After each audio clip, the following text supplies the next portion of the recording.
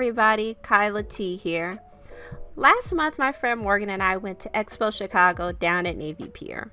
Well, she's gone before, this was my first time. And as I show you all the process of getting ready, I thought I would kind of go over what this event actually is. So EXPO Chicago is, according to EXPO themselves, the International Exposition of Contemporary and Modern Art, which features leading international galleries alongside the highest quality platform for contemporary art and culture.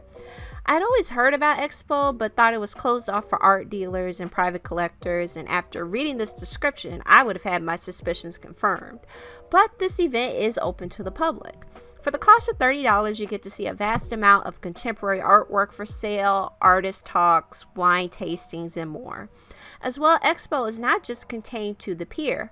In the week leading up to the event across the city, there are many sister events, from gallery openings to brunches to special exhibitions and more. It's truly a week for the arts, and is also a great way to truly immerse yourself in the art space and culture in Chicago. Chicago, I feel, is often not seen as an art hub. When you think of art galleries and art collectives, your mind just jumps to New York City, I feel. And while I will not doubt the powerhouse that is the New York City art scene and community, we cannot ignore that it is in fact oversaturated. Kind of like how everyone in LA is working to be an actress, everyone in New York is working to be an artist.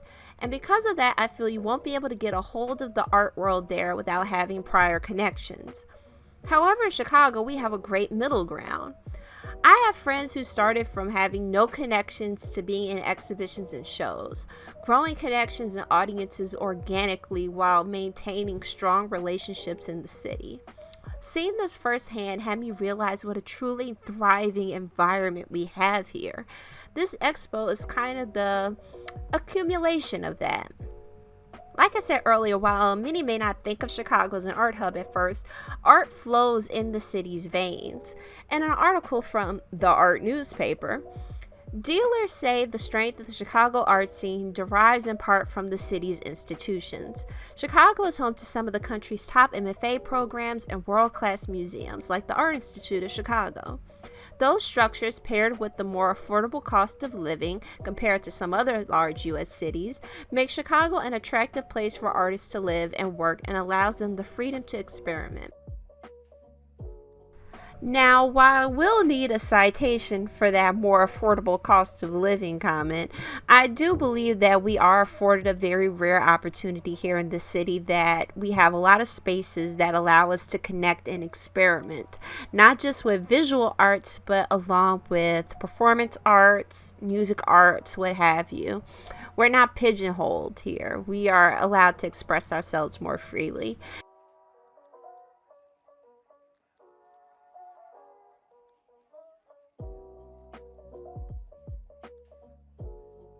Anyway, here is the fit, giving artist realness, not too quirky, but just enough with the animal print and the necklace.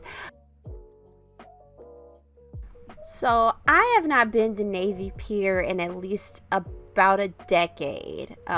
It's really crazy when I say it out loud, but there's Morgan. Hi, baby. And I forgot just how big this space is. Navy Pier is often relegated to being a tourist trap, quote unquote, but the space is really big and can be utilized for a lot of very spacious events, which you'll see when we hit the floor in Expo. But yeah, it's been a minute since I've been here, and pretty much the only thing that I recognized was the Billy Goat's Tavern and that McDonald's, which will probably be there long after I'm gone. But yeah, if you're wondering, the expo is all the way at the end of the pier in like the main hall space that they have. If you are familiar with the Winter Wonderfest that happens every winter season in Chicago, it's back that way in that area. But as we were traversing the length of the pier, it was a gorgeous day, and just kind of seeing also all the crowds moving that way as well. I was kind of shocked by just how many people showed up to this event. Normally, because a lot of people are a little bit hesitant to go to art events for fear of not feeling included or knowing about what's going on. So I was just kind of shocked to seeing that. But yeah, this was the view when we got there. It was on the second floor. They had a little pop-up shop which we looked at while we got ourselves together. I did buy a few things from here, a pin, and I believe, I think it was just a pin and something else I'm blanking on. I should have got those mirrors. Those were really cute. I love that, the proof that you exist. But yeah, anyway, here we are. The entrance to the floor, there was only, I think there were 2 main entrances. And yeah, now we start our journey into EXPO.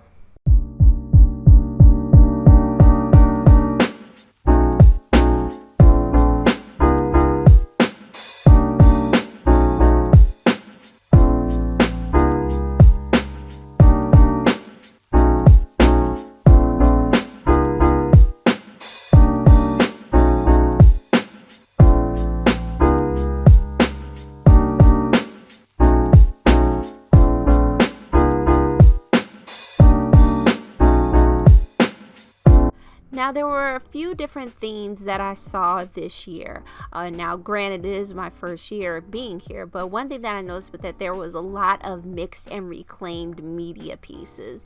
And I'll go a little bit in depth in what I mean by reclaimed, because while we did see a lot of more traditional pieces like this, I saw a lot of reclaimed works where they were using recycled materials to make pieces and sculptures or add them to paintings. And another thing that I noticed as well was the vast array of artwork with depictions of Black, brown, and indigenous people. Like, it got to the point where I thought that maybe that was the theme this year, but to the best of my understanding, they don't have themes.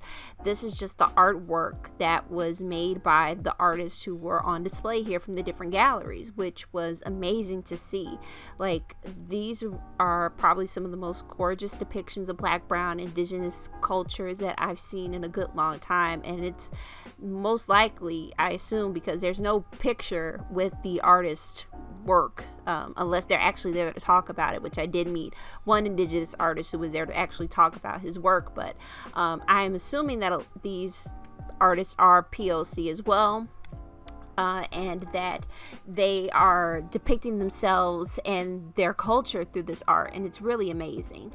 So remember when I talked about recycled materials? Well, you're going to see me try on an actual outfit made of recycled materials. So there was this booth that was doing fashion pieces from recycled materials, from jackets to dresses to bags. And I actually got to wear one, and it was really heavy, very warm, but way too heavy for me to really wear logistically. Oh my god. Oh my god. And we have a mirror right around the corner. Oh wow. Come on out. Give me a spin. But yeah, as you can kind of see, that's kind of the variety of artwork, the variety of technique that I saw here this weekend was just outrageous. It was truly phenomenal, just seeing the skills of a lot of these artists. It was truly awe-inspiring. I mean, in all honesty, I shouldn't be surprised by the wide range of art, given that there were 170 galleries present this year, ranging from larger galleries to smaller ones to international ones. And just seeing this wide breadth of artwork displayed by these galleries really kind of gives me hope for the art space.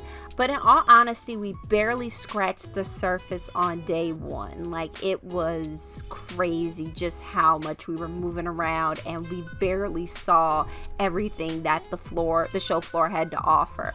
We kind of only worked around the perimeter and maybe a bit inward for where everything was, and we were dead tired. But before we close out day one, I want to put this on here so my friend knows that I'm holding her to this, okay? You better. This is the promise right now. She will have art here. I will have art here in 2024.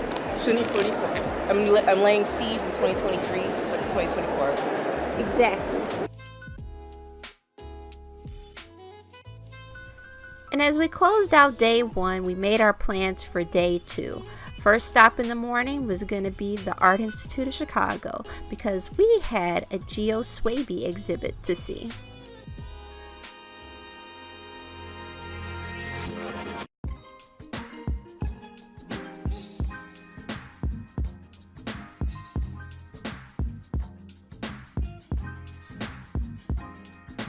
So this part of day 2 is going to be done in a slideshow fashion, mainly because the Art Institute of Chicago, where this exhibition was, I'm not quite sure as I record this if it's still up, but they don't allow video for certain exhibitions, and I didn't want to risk being yelled at because of that. So y'all are just getting pictures. All right? Okay. So for those of you who are unfamiliar with Miss Geo Swaby, I believe that's how you pronounce her last name, if not, pardon me, but she is a Bahamian artist who is currently living in Toronto, and actually this exhibition at the Art Institute of Chicago is also done in tandem with the Museum of Fine Arts in St. Petersburg, and it's kind of like a dual exhibition going on. But she implores a lot of, well, not a lot of, it is textile on canvas mixed media work. Very reminiscent, if I had to pick a example that I think everybody knows, because she kind of recently had like big national headlines around her, it would be Bisa Butler.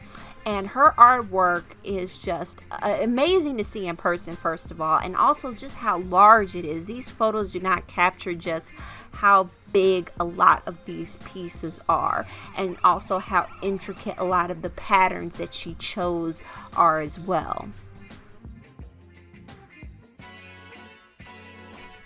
I would recommend, if you could, looking at pictures of her artwork and like zooming in so you can see just how layered a lot of her lines are, i.e. as she sews on the canvas. It's almost like a sketch, but just sewn on the canvas, and they're all so beautifully done. Just gorgeous pieces of artwork. And it was actually after we went to this exhibit and went back for day 2 that we noticed a kind of motif, a kind of art style that was appearing mainly in the African American artist's work, that we started to pick up on possibly a new style that might be emerging, or it might already have been here. We were just noticing it. But a lot of motifs we saw were like the skin tones not being just painted normally, i.e. like not brown or any any variation of that. It was always some other color, possibly mixed with black for the shadows, as well. A lot of use of patterns, which I think goes back to the use of quilts in African American culture, which I really don't have time to get into, but I highly suggest that you look it up. As well, the depictions of Black people here are more everyday life. I saw a lot of images of people who you might see like in your neighborhood, or like people you might see walking down the street that everybody knows. Those kind of like friendly faces or family members, as well. The use of old pictures to kind of bring a new life to them by changing up the patterns and the colors. I saw a lot of this with the African American artist in this show, and I don't really know what to call this yet, but it's a really interesting mixed media style, and I can't wait to see where it goes next. But all in all, that is really what I have for Expo Chicago. If you stuck this long with me, thank you. And I'm so sorry this video is so late. Life has a lot of complications with it, but I'll make sure that I get to regular upload schedule as soon as possible. But until then, I'll see you guys later. This is KylaTea signing off.